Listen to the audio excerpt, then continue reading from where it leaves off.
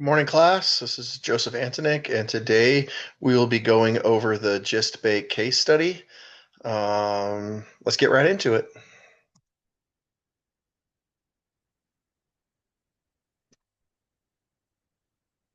So, to answer the first question, it says perform calculations to determine target service levels for store level cupcake inventory planning using the Noose vendor model. Without performing further calculations, discuss how and why the target service industry the target service level may vary between an upscale and a low-end bakery. Select five other businesses in different industries and discuss how and why the target service level may vary among them. So for upscale, I kind of brought it back to our last Zoom call. Our professor talked about Safeway and can't remember the other grocery store, but between like Safeway and Winco, one of them had a higher scale uh, of food, and they were overstocking and throwing away their inventory afterward. Whereas Winco, kind of a cheaper place, had everything they need. Their deli was staying open later, whereas Safeway was closing earlier and getting rid of inventory. So that would be the same with like a higher end bakery. They may overstock more because they can afford to eat those costs. No pun intended.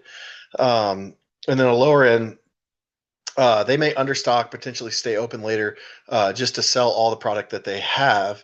Um, and I said both of them are trying to make a profit, but can potentially do it in different ways.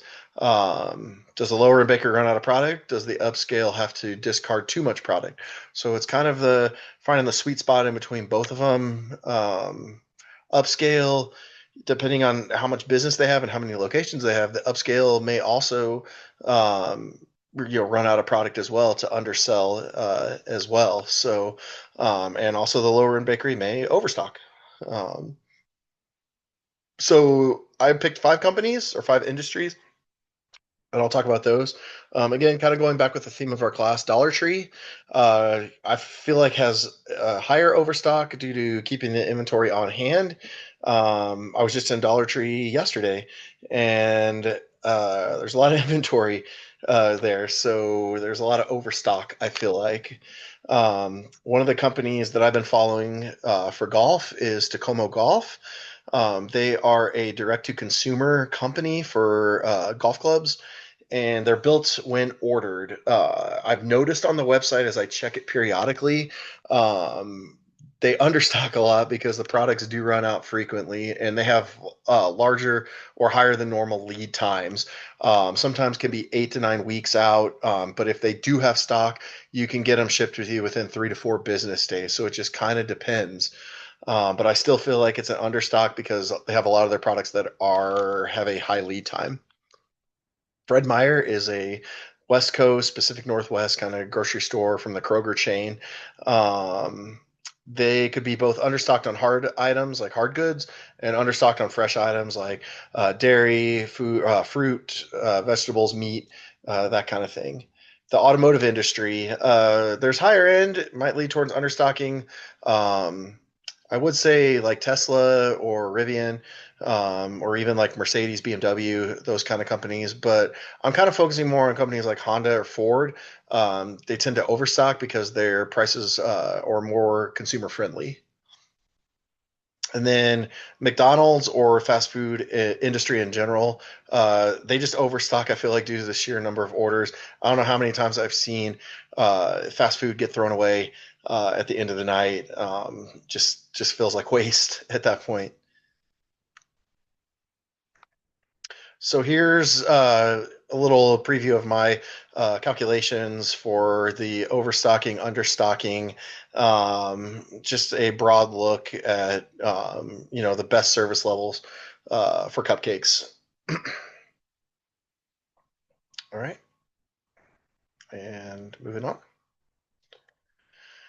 So the next question was perform calculations to determine the specifics of the periodic and continuous review policies adopted by Just Baked.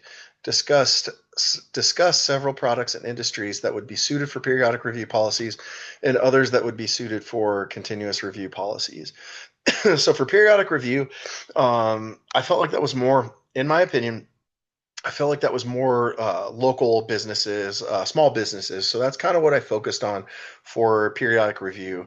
One of the businesses we frequent, my family, we ski and snowboard in the wintertime, and Solinix is our local small business for snowboard, ski, you name it, they do it, but it is a very small shop. They, uh, review their policies. They order at the beginning of each season like a certain amount of snowboards and skis, and they need to review what's selling, what's not selling, um, and they have a limited number of inventory essentially that they have a small window that they can order essentially before stock is gone. Sweet Peach, that's where my wife and daughter get their haircut. It's a local hair boutique. Also the same way, like they have to keep what's selling essentially in their product, and they do periodic review to say, hey, this one wasn't good, this one was good, and they constantly rotate their who they're sponsoring essentially for hair product. Boost Espresso, that's my favorite drink shack. It's right down the street from my house. Again, unlike on the right with continuous review, where I have Starbucks, which is a major, manufacturer or a major company, essentially Boost is very small. So they have to, whenever they have to review their policy, whenever at certain periods, essentially, they can't just constantly review and order whenever. So for continuous review, I chose Dick's Sporting Goods because they have a constant rotating stock due to seasonal sports. Starbucks again versus Boost Espresso, which is smaller. Starbucks is huge, so they can go, what drinks are selling, which are not. They do limited runs of favorite drinks. There's tons and tons of Starbucks everywhere. And they can just afford to do a continuous review. And then one that sits with me that I use on a day to day is Cardinal Health. They are a medical supply company, and I use them in my job.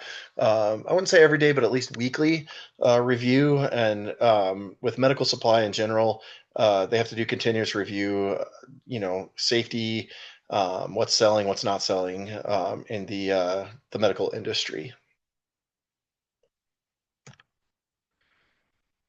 And then I put a slide up of the review period, lead times, exposure periods, best service level.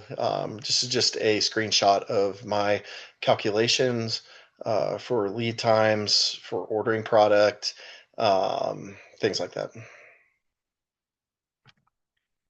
So the last question says, according to media reports, what were the key factors behind Just Bake's dramatic decline and its status as a rapid expanding regional startup? And then kind of talk about Crumble Cookies. What can they learn from it, and what supply challenges to prevent what happened to Just Baked? So I did some research, and what I pulled up was that Just Bake tried rapid expansion. They were opening new locations at a fast rate. Leadership could not keep up, and they cited overexpansion as a failure. Additionally, Just Bake, they thrived during the Great Cupcake Wars in the mid 2010s, but as more competition was created, consumers started choosing other options because they had more options to go to. Also, inventory issues played into account. Overstocking. It's just a ton of inventory issues with them. So with Crumble Cookie, I said that Crumble Cookie is already moving ahead in the bakery game. They have a huge social media following to announce their new flavors, what's coming into the shop. Get up here, get the cookies. Constantly rotating new flavors. They kind of make it interactive to drive a unique customer experience. Crumble Cookie, at least here in Spokane, Washington, have not expanded. I think we only have one store. We might have two in Spokane. I'm not quite sure. But I feel like they do that to reduce their number of stores to gain a more loyal following or repeat customers. And Crumble needs to track their inventory, tailoring their materials at each store to match the number of customers that make purchases. So they kind of need to understand who's coming where, how much they're selling, and just really keep track of that. They could use a Excel spreadsheet with calculations on it to help them out with that.